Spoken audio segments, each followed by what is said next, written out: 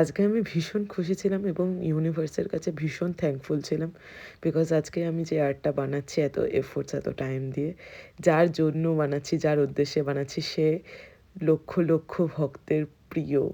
সে আমাদের সবার ইমোশনস, সে আমাদের অনেক মনের কাছের একটা মানুষ এবং তাকে আমি এইটা দিতে পেরেছি অ্যান্ড সেজন্য আমি খুবই গ্রেটফুল। আমি যখন এই আর্ট পিসটা বানাচ্ছিলাম তখনই আমি ইমোশনাল হয়ে পড়ছিলাম, কারণ আমি জানি না আমি কিভাবে মানুষটাকে দেবো। আমি ভীষণ ভীষণ এক্সাইটেড ছিলাম, কারণ আজকে ছিল ফসিলসের শো।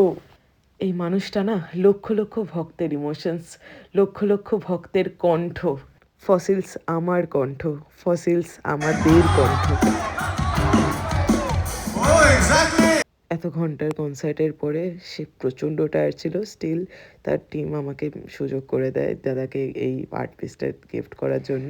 দাদা লিটারেলি দাদার এন্টায়ার ক্রিউকে আর্ট পিসটা দেখায় এবং বলে দারুণ হয়েছে, আর আমাকে থ্যাংক ইউ বলে, আর আমার সাথে সেলফি তোলার জন্য নিজেই নিচু হয়ে আমার সাথে সেলফি তোলে। আর আমার কাছে এটা একটা লিটারেলি ড্রিম মোমেন্ট। এত কাইন্ড একটা মানুষ আমাদের প্রিয় দাদা। তুমি ভালো থেকো। জয় রক।